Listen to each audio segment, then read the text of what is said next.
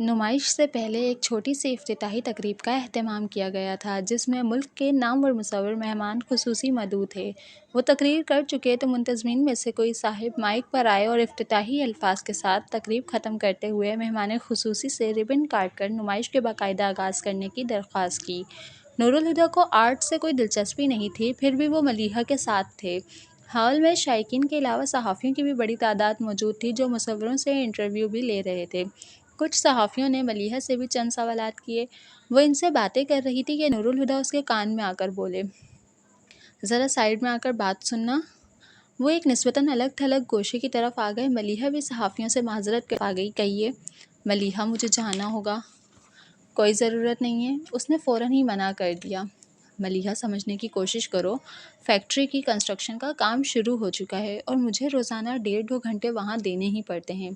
ملیحہ کا دل تو نہیں چاہ رہا تھا کہ نورالہدیٰ جائیں، مگر ان کی مصروفیت کا بھی اسے اندازہ تھا، اس لیے بادل خواستہ اجازت دیتے ہوئے بولی، اچھا ٹھیک ہے، مگر 4 بجے تک آ جائیے گا، کہیں میں گھر جانے کے لیے آپ کا انتظار ہی کرتی رہ جاؤں۔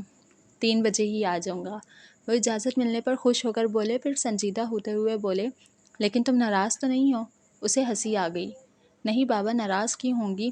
کیا مجھے آپ کی مصروفیت کا علم نہیں؟ لیکن آپ میری ناراضی کے خیال سے اتنا پریشان کیوں ہو جاتے ہیں؟ کیا اسٹیمپ پیپر پر لکھ کر دوں کہ میں آپ سے کبھی ناراض نہیں ہوں گی؟ سوچ رہا ہوں لکھوا ہی لوں، کیا پتہ کسی دن تم ناراض ہی ہو جاؤ۔ وہ بھی مذاق سے بولے، پھر کہا، اچھا میں چلتا ہوں، اللہ حافظ۔ وہ ملیحہ کا سر تھپک کر چلے گئے تو ملیحہ بھی اپنی بلیک ساڑی کا پلو ٹھیک کرتی کونے سے نکل آئی۔ کیمرے کا فلیش چمکا تھا۔ اب تک کئی صحافی ملیحہ کی تصویر کھینچ چکے تھے، اس لیے اس نے دھیان نہیں دیا۔ فلیش پھر چمکا، تیسری بار، چوتھی بار۔ جب 5ویں بار فلیش چہرے پہ آئے بال سمیٹتے ہوئے اس طرف دیکھا اور تیز روشنی سے اس کی آنکھیں چندیا گئیں۔ روشنی کے بادل چھٹے تو ملیحہ وجدان کو اپنے سامنے دیکھ کر حیران رہ گئی۔ وجدان کیمرے کا اسٹریپ گلے میں ڈال کر اس کے پاس آ گیا۔ السلام علیکم۔ وعلیکم السلام، کیسی ہیں؟ ٹھیک ہوں، وہ کہہ کر چپ ہو گئی تو وجدان کہنے لگا، اخلاقاً تو آپ کو بھی میرا احوال دریافت کرنا چاہیے، پر چھوڑیے، ان رسمی باتوں میں کیا رکھا ہے۔ صحیح کہہ رہے ہیں، وہ شرمندہ ہوئے بغیر بولی۔ وہ محفوظ ہو کر ہنستا اس کے پیچھے دیوار پر لگی تصویر کو دیکھنے لگا۔ ملیحہ، اس نے پہلی بار ملیحہ کو اس کے نام سے پکارا تھا۔ جی، وہ سحر زدہ سی اسی کی چوڑی پشت کو دیکھ کر بولی۔ وجدان نے پلٹ کر اس سے پوچھا، یہ تصویر آپ نے بنائی ہے؟ ملیحہ نے ایک نظر اس پینٹنگ کو دیکھا اور کہا، ہاں، پھر پوچھنے لگی، کیسی ہے؟ اس کے پوچھنے پر وجدان غور سے اس پینٹنگ کو دیکھنے لگا۔ پینٹنگ کیا تھی؟ لگتا تھا اس 3 فٹ لمبے اور 1.5 فٹ چوڑے فریم میں درد کی اذیت ناک کیفیت منجمد ہو کر رہ گئی تھی۔ خشک زمین پر ابھری لکیریں اس کی پیاس کی گواہ تھیں اور ایک سوکھا درخت جس کی خوب پھیلی بنجر شاخوں پر کوئی خشک پتا تک نہیں تھا، مردہ زمین کے سینے پر یوں گڑا تھا جیسے خود اپنے ہی حال پر نوحق نہ ہو۔ دور تک پھیلا نیلا آسمان ایک دم صاف تھا جس پر سورج پیلے رنگ کے تھال کی مانند دہک رہا تھا۔ تا حد نگاہ پھیلی اس منظر کی ویرانی کو اور بھی گہرا کر رہا تھا۔ وہ اکلوتا ذی روح جو اس سوکھے درخت کی چھاؤں میں بیٹھا تھا، اس کے سیاہ کپڑوں پر مسافتوں کی گرد جمی تھی، سڑکیں بانے لگ رہی تھی، ران پر تھا جبکہ دوسرا موڑ کر کھڑی کی ہوئی ٹانگ کے گھٹنے پر، سر پیچھے تنے سے ٹکا کر آنکھیں بند کیے، وہ تپتی زمین پر اتنے سکون سے بیٹھا تھا جیسے صدیوں سے اسی حال میں ہو اور صدیاں اسی عالم میں گزار دے گا۔ اس کے چہرے کے مبہم نقوش سے کرب و اذیت کی عجیب سی کیفیت جھلک رہی تھی۔ ایک گہرا سانس بھر کر وجدان نے خود کو نامعلوم کیفیت سے آزاد کرتے ہوئے تصویر کا کیپشن پڑھا، عشق آتش۔ ایک سرد لہر وجدان نے اپنے وجود میں اٹھتی محسوس کی۔ عشق کا یہ چہرہ اس کے لاشعور کو خوف زدہ کر گیا تھا۔ پینٹنگ تو اچھی ہے، لیکن آپ نے عشق کو اتنے دردناک انداز میں کیوں پینٹ کیا ہے؟ اس نے آخر پوچھ ہی لیا، پتہ نہیں کیوں، لیکن اس پینٹنگ کو دیکھ کر وجدان کے دل و دماغ لرز گئے تھے۔ عشق اول و آخر درد ہے۔ درد ہی کیوں؟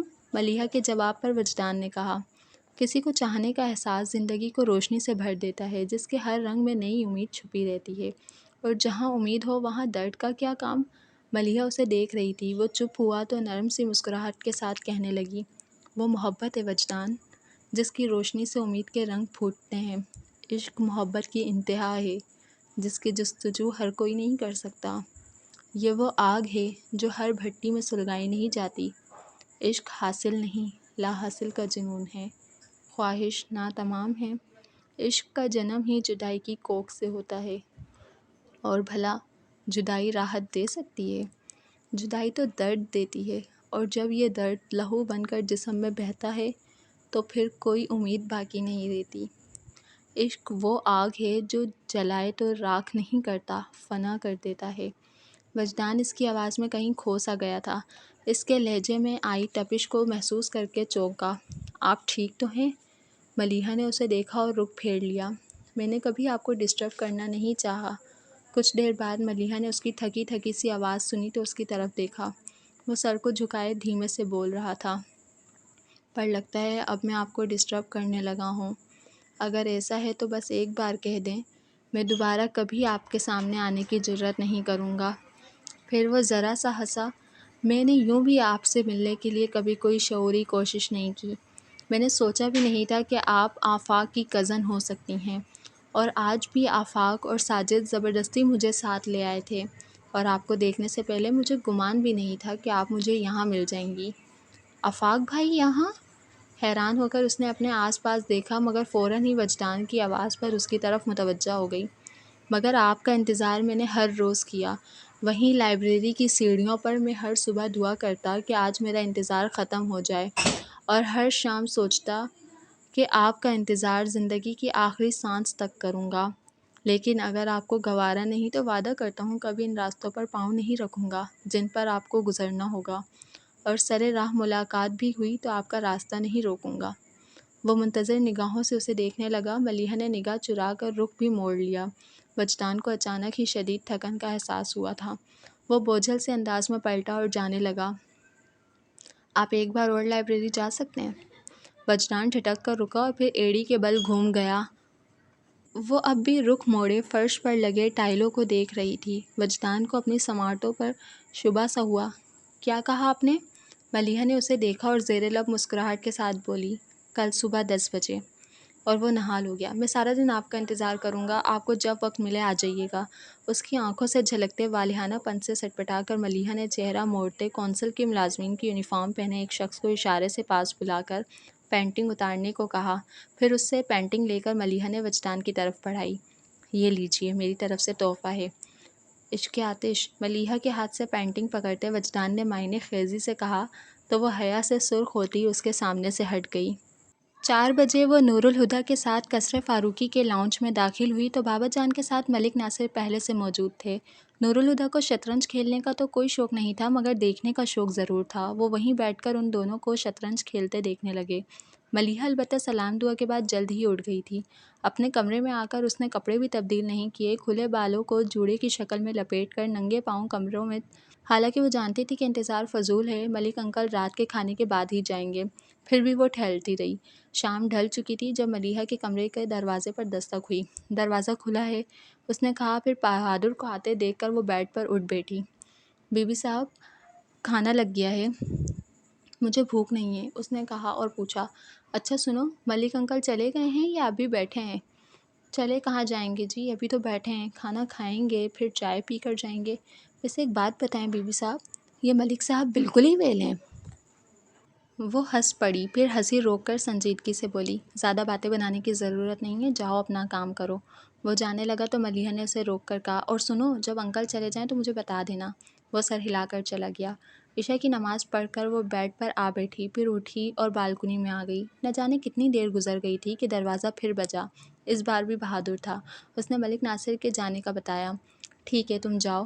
اسے بھیج کر ملیحہ باتھ روم میں گئی، منہ پر پانی کے چھینٹے مار کر کمرے میں آئی، بالوں کو سلجھا کر کلپ کیا اور کمرے سے باہر آ گئی۔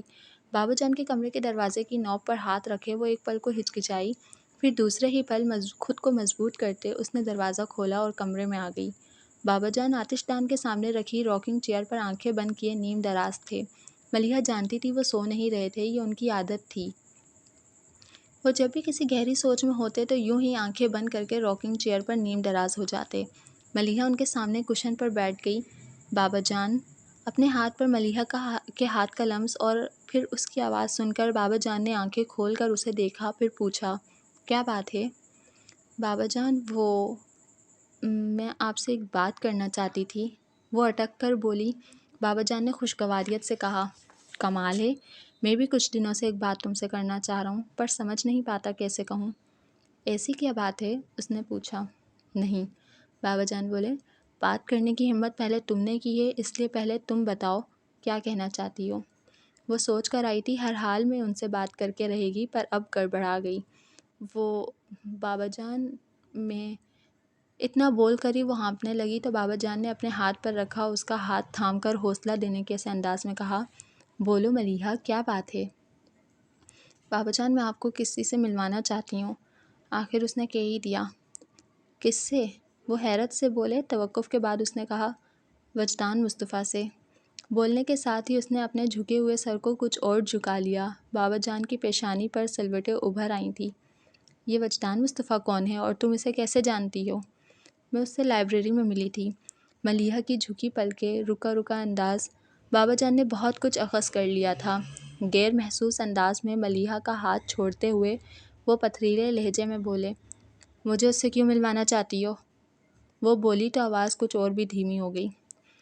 بابا جان، میں اس سے، مگر ہزار کوشش کے بعد بھی محبت کا لفظ شرم نے زبان پر آنے نہیں دیا تو جملہ ہی بدلتے ہوئے کہا، وہ مجھ سے شادی کرنا چاہتا ہے۔ اور آنکھیں میچے ان کے رد عمل کا انتظار کرنے لگی۔ پھر ملیحہ نے ان کی آواز سنی، جاؤ، جا کر سو جاؤ۔ ملیحہ نے آنکھیں کھولیں اور سر اٹھا کر انہیں دیکھا اور خواہش کی، کاش کبھی نہ دیکھا ہوتا۔ ان کا چہرہ کسی چٹان کی طرح سخت اور بے جان تھا، لیکن آنکھیں آگ اگل رہی تھیں۔ بے دم سی پکار کی صورت اس کی زبان سے نکلا، بابا جان۔ جاؤ، وہ کٹھور پن سے بولے۔ ملیحہ تڑپ اٹھی۔ بابا جان، میری بات تو سنیں۔